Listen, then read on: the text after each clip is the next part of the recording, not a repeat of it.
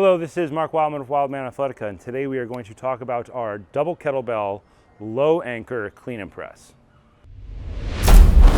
Our anchored movements in kettlebells are another family of movements. Normally, we teach kettlebells as one kettlebell held in one hand, and we work on all of our kettlebell moves with the weight in one hand because the one hand allows us to get more core response. The heavier this weight is, the harder the abs on this side of our body try to fire. When we progress beyond our single kettlebell movements and our fundamental 6, we get to double kettlebell movements where the kettlebells move symmetrically, and we essentially are recreating barbell training with weights that swing in a small enough package that you can do it in a place that's not a gym. After that, we get to alternating movements where one kettlebell is moving while the other kettlebell is resting.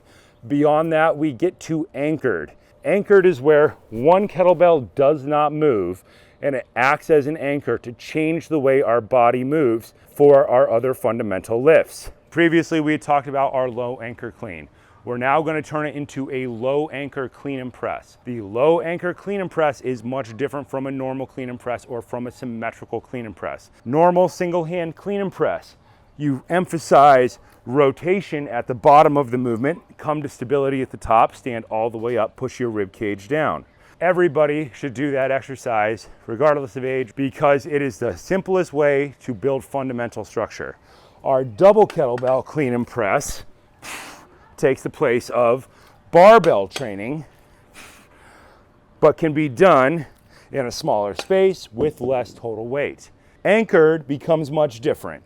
We're going to do our clean and press with one hand while the other arm stays down at full extension. What this does is change the dynamics entirely. This arm isn't going to move. This side of our spine is going to stay solid. Now we're trying to get the movement from this side of our spine. Instead of getting so much hip hinge, we are going to start to twist our hips very slightly to one side and build this side rotational hip snap, similar to many movements we do with heavy club swinging. We are interested in as many of these variations as possible because in the real world, real lifts lie somewhere between all of these movements. So let's demonstrate that again. 2 hands down. Pick up the weight. You can either point this thumb back or hold it straight in front. Doesn't matter to me. The other arm, point the thumb back. Practice your clean and press all the way down. Clean and press. Clean and press. All the things that you should normally be doing still apply. Stand all the way up for the clean. Squeeze your glutes. When you do the press, try to achieve elbow lockout. Bring the weight all the way back down. Point your thumb to the back as you do the clean. Point your thumb back as you do the clean.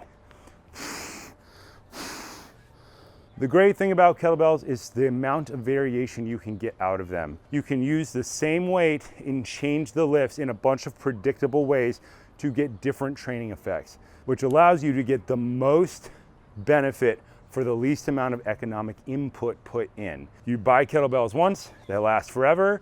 You tend not to drop them, so you can do them in apartments, you can do them in homes without destroying the home. And the amount of variation that you're gonna get is extremely useful. The lifts are very similar to things that you find in the real world. There is a medium anchor and there is a high anchor. We will talk about those in other videos.